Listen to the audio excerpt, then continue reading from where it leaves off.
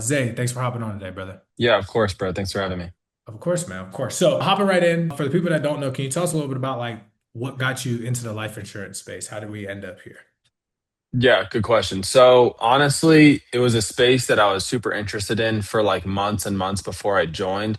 I had like one of my good childhood friends of mine were in the space, and like obviously, like with them posting online and stuff, like I was watching them crush it.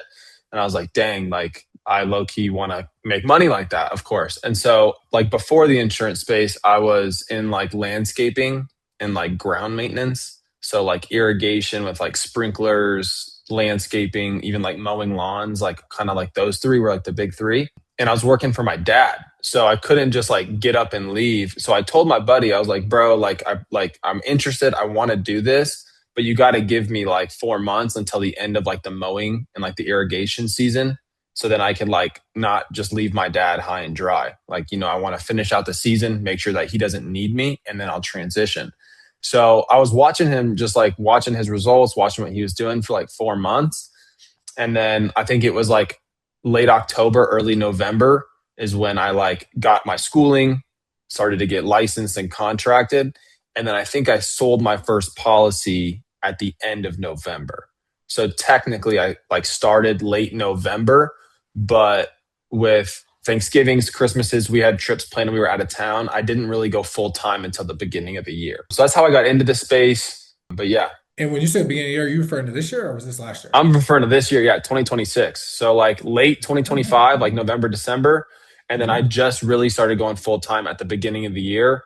And that was the same time that I started using the agent lead lab leads. Oh, dude, I didn't know that, bro. So this is why I like Yeah. these. Genuinely, like I didn't know that. That makes this even better. Okay, dope. All right. So I guess yeah, walk us through your first 30, like your first full 30 days, just in the life insurance space. Like, was it good? Was it bad? Did you get your teeth kicked in? What leads were you working at that time? Like for the agents that Yeah. are new watching this.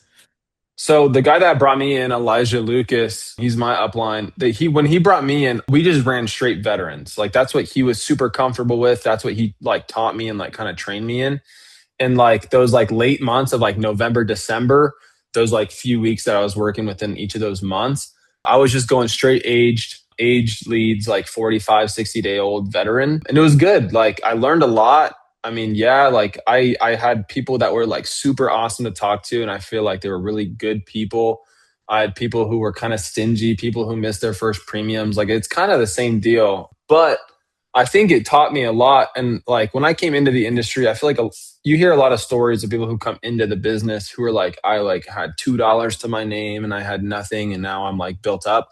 Like thankfully, and like we've been like highly blessed, like from the Lord. Like I had like a couple $1,000s coming into the industry, and I always knew that the people who are performing, the people who are actually making money, like they're not just ripping like the free company leads, or they're not just ripping like the super like $1 age leads. Like these people are actually investing their money into like higher quality leads. And I knew that from a super like early point, and a super, yeah, I figured that out super quick.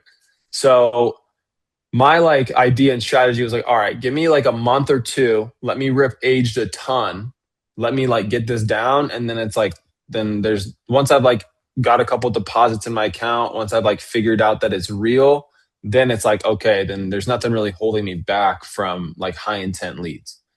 So that was like the first couple months. It was strictly like aged leads just because I was learning. I was still figuring out how to really sell at a high level, overcome objections.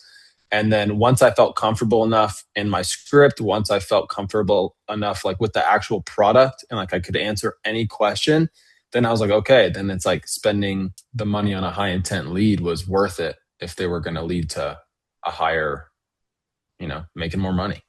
Dude, 100%. What do you feel like that process taught you? That's a good question. I honestly, like, it taught me a lot about like this specific industry. I mean, I think we have a lot of like crazy producers in our office in Denver, like Dom Vasco. I think he's number 10 in FFL, and like he's literally in the office right next to me.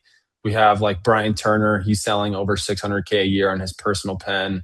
John Scheel, like his team's about to crack 1 million a month. Like we have some like real like dogs and producers in the office, and like I feel like their advice going in like before getting into high intent was like the reason like for my success early on, especially because they all told me, bro, like whenever you spend $2,000, like you're going to write $10,000 of business at least, like, or more, but at least 10,000. So two equals 10.